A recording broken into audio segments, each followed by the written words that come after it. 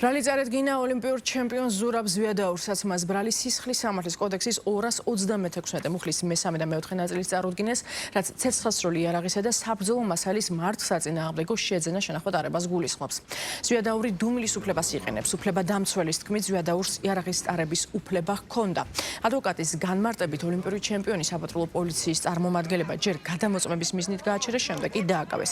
ზვიადაური თბილისში 16 სექტემბერს აიყვანეს, წარდგენილი ბრალი 4-დან 7 წლამდე თავისუფლების აღკვეთას ითვალისწინებს. პროკურატურა ბრალდებულისთვის აღკვეთის ღონისძიების პატიმრობის შეფარდების შუამდგომლობით თბილისის საქალაქო სასამართლოს კანონით დადგენილ ვადაში მიმართავს.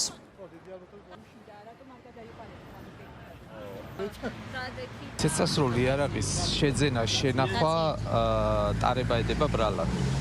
რაც შეეხება თქვენ შეკითხვას, ჰქონდა თუ არა ტარების უფლება, გეტყვით რომ ჰქონდა ტარების უფლება. ბრალდებული სტატუსის მქონია.